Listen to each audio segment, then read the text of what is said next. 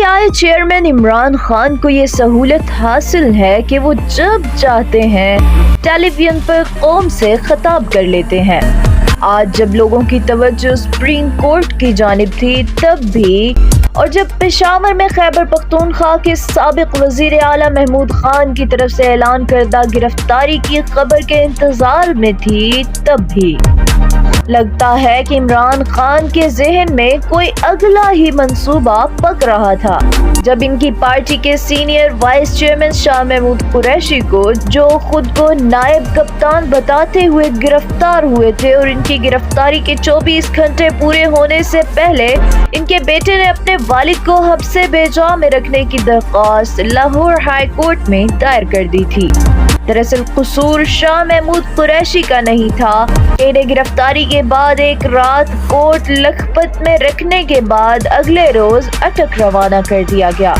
دراصل شاہ صاحب یہ سمجھے تھے کہ انہیں گرفتاری کے بعد ان کے منصب کے پروٹوکول کے مطابق CPO آفس لے جا کر بٹھایا جائے گا، چائے پلائی جائے گی، لیکن ادھر تو کوئی اور ہی سین ہو گیا، اور شاہ صاحب کو ویڈیو میں اعتراف کرنا پڑا کہ میرا خیال تھا کہ یہ ہمیں CPO آفس لے کر جائیں گے، لیکن یہ تو کہیں اور ہی لے کر جا رہے ہیں، اور چلتے چلتے وہ اٹک تک پہنچا دیے گئے۔ خیر، سیاست میں یہ تو سب چلتا ہے، اصل گیم تو اب وہ ہے جو خان صاحب کے ذہن میں بن رہی ہے۔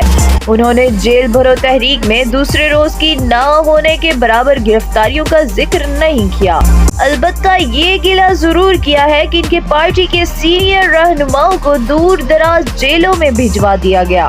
شاید یہی وجہ ہے کہ پشاور میں جمعرات کے روز اعلان کے باوجود گرفتاریاں دینے کے بجائے PTI کارکنوں نے پولیس کی وین میں صرف تصویریں بنوانے پر اکتفا کیا۔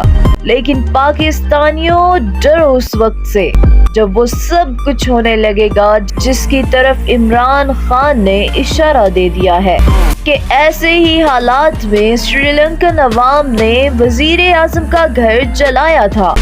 یاد رکھیں کہ عمران خان جو بولتے ہیں انہوں نے اس کے حوالے سے کچھ سوچ رکھا ہوتا ہے۔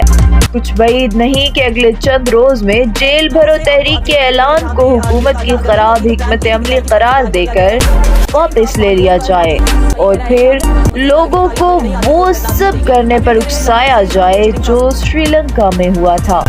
پاکستان نیوز انٹرنیشنل سے فی الوقت اتنا ہی۔ مزید خبروں، تجزیوں، اپڈیٹس اور معلومات کے لیے ہمارے ساتھ رہیے، اور ہمارے چینل کو لائک، شیئر اور سبسکرائب کر کے سپورٹ کرنا بالکل مت بھولیے گا۔